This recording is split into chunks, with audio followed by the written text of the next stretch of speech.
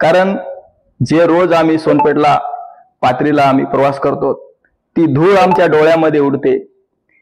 राजकारणी लोकांच्या उडत नाही, कोणत्या आमदाराच्या खासदाराच्या डोळ्यामध्ये धूळ उडत नाही। एसी गाडीमध्ये फिरणाऱ्याला हे रस्त्यानं जाताना येताना काय दुःख हे कळत नाही, ते दुःख आम्ही भोगलेलं आहे। मला जसं समजतंय तसं आम्ही हे चांगला रस्ता कधी बघितलेला नाही। इथल्या जे रस्त्यानं गाव येतात या लोकांनी कधी चांगला रस्ता बघितला नाही आणि फक्त आम्हाला 4-2 वर्षाला त्या दुरुस्ती खड्डे बुजण्याचं फक्त काम ते करत होते, लगेच 5-6 महिन्याला ते रस्ता खराब व्हायचा। शिंदे सर, मला एक बोलायचं की जे की तुम्ही प्रथम लढा उभा केला होता, एक की संघर्ष समिती तयार केली होती या रस्त्यासाठी मोठी, जे की तुम्ही त्यामध्ये एक आंदोलन केली, जे की तुम्ही अर्धलग्न असं आंदोलन जे की सोनपेठमध्ये एक रस्ता शिरसाव कॉर्नर आहे त्या ठिकाणी तुम्ही मोठं एक आंदोलन उभारलं होतं। त्या आंदोलनाचा काय प्रतिसाद सरकारवर पडून सरकारने हे काम चालू केलेलं आहे का, काय सांगाल त्याबद्दल? नक्कीच हे जे आज टेंडर जे प्रसारित झालं आहे, अगोदर लिंब्याला आंदोलन झालं, विट्याला आंदोलन झालं, नंतर सोनपेठला अर्धनग्न आंदोलन झालं आणि या आंदोलनाचा असा परिणाम झाला की प्रशासनाला झुकावं लागलं आणि प्रशासनाला त्याची दखल घेऊन ताबडतोब त्यांना कॅमेरे बसवावे लागले, ताबडतोब रस्त्याची दुरुस्ती करावी लागली, खड्डे बुजावे लागले आणि लगेच 2 महिन्याला त्यांना हे टेंडर काढावं लागलं। हे सर्वसामान्याचं यश आहे, सर्वसामान्याने उभारलेल्या लढ्यामुळे हे यश मिळालेलं आहे करण्याची। ह्याच्यामध्ये आपल्याला कोणतं राजकारण करायचं नाही। हे जे लढा उभारला या आंदोलनामध्ये ज्यावेळेस मी उतरलो, मी ठरवलं की रस्ता होईपर्यंत शांत बसायचं नाही, जे काय होईल ते होईल। हेच कारण आहे, कारण जे रोज आम्ही सोनपेठला पाथरीला आम्ही प्रवास करतो ती धूळ आमच्या डोळ्यामध्ये उडते। राजकारणी लोकांच्या उडत नाही, कोणत्या आमदाराच्या खासदाराच्या डोळ्यामध्ये धूळ उडत नाही। एसी गाडीमध्ये फिरणाऱ्याला हे रस्त्यानं जाताना येताना काय दुःख हे कळत नाही, ते दुःख आम्ही भोगलेलं आहे। आणि ज्यावेळेस मी आंदोलनामध्ये उभा राहत होतो, ज्यावेळेस भाषण करत होतो, त्यावेळेस हे शब्द तोंडातून येत नव्हते, हे पोटातून येत होते, कारण हे दुःख आम्ही भोगलेलं आहे। कारण आमच्या मायमाऊल्या रोज ऑटोनं प्रवास करतात, काय त्यांना त्रास होत आहे हे सर्वसामान्याचं दुःख त्या सर्वसामान्य लोकांनाच माहित आहे, या राजकारणी लोकांना माहित नाही। हे राजकारणी लोक फक्त फुकट श्रेय घ्यायला पुढे येतात।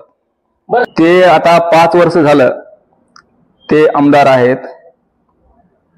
त्यांनी या रस्त्याचाच नाही तर जे पाथरी मतदारसंघामध्ये जे शेतकरी येतात, गोरगरीब येतात, ज्या लोकांच्या समस्या आहेत त्या समस्याबद्दल साधं त्यांनी एक शब्दही विधानसभेमध्ये काढलेला नाही। ते पाथरी मतदारसंघाचे आमदार आहेत, पण प्रश्न कोणता मांडतात?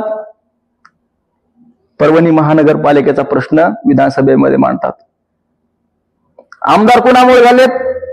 पाथरी मतदारसंघातल्या लोकांनी तुम्हाला आमदार केलाय, त्या परभणी महानगरपालिकेतल्या लोकांनी तुम्हाला आमदार केलं नाही। त्यांनी प्रश्न मांडायला पाहिजे, या जे काय लोकांच्या समस्या आहेत त्या समस्या विधानसभेमध्ये मांडायला पाहिजेत, पण त्या समस्या ते इथल्या मांडत नाहीत आणि मांडल्या नाही आणि फक्त आता ते आयतं श्रेय घ्यायला समोर त्यांचे जे काय कार्यकर्ते आहेत, त्यांचे काही चेले आहेत, ते समोर येऊन त्याचा प्रचार करत आहेत की आमच्या वरपुडकर साहेबांमुळेच याच्या समस्याबद्दल ह्यांना काही घेणं देणं नाही। कारण हे रोज एसी गाडीमध्ये फिरतात, बिस्लेरीचं पाणी पितात, यांना गोरगरिबाचं शेतकऱ्याचं दुःख कळणार नाही आणि त्याच्यामुळं जे त्याला दुःख कळत आहे का ते त्या समस्या, त्याला जर दुःख कळालं असतं त्यांनी समस्या विधानसभेमध्ये मांडल्या असत्या, या लोकांच्या रस्त्याच्या मांडल्या असत्या, शेतकऱ्याच्या मांडल्या असत्या, पण मांडलेल्या नाहीत। त्या जे आज कधीही न रस्त्याबद्दल बोललेले आज समोर येऊन पेपरमध्ये देत आहेत की आम्ही एवढा पाठपुरावा केला म्हणून हा रस्ता हे झाला। माझा याला असा प्रश्न आहे की मग एवढ्या दिवस का रस्ता झाला नाही? 7-8 वर्ष झालं पाट्या त्या राष्ट्रीय महामार्गाच्या विभागाने त्या रस्त्यानं लावलेले आहेत. म्हणजे या राष्ट्रीय महामार्गाचा दर्जा याला आठ वर्ष झालं भेटलाय. मग एवढ्या दिवस दर्जा भेटून सुद्धा हे रस्ता का होत नाही? आंदोलन झाल्यानंतरच हा रस्ता कसा काय होतो? त्यांची कारण असा प्रचार केला जाते की गडकरी साहेब देशामध्ये मोठे मोठे रोड करत आहेत, भारी भारी रोड करत आहेत. मग एका बाजूला रस्त्यासाठी लोकांना रस्त्यावर बसावं लागत आहे. लिंब्याला दिवसभर आम्ही उन्हामध्ये बसलोत, विट्याला उन्हामध्ये दिवसभर बसलोत, इथं रस्त्या उघड सोनपेठला बसलोत.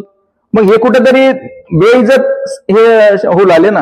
आणि आपले सुद्धा धन्यवाद या ठिकाणी सर्व मीडियाच्या बांधवाचे मला मानायचे, कारण तुम्ही हे शासन दरबारी आवाज तुम्ही घेऊन गेलात, म्हणून हे शासनाला कळालं आणि म्हणून हे शासनाला हे बजेट मंजूर करायला भाग व्हावं लागलं, म्हणजे बजेट मंजूर केलं.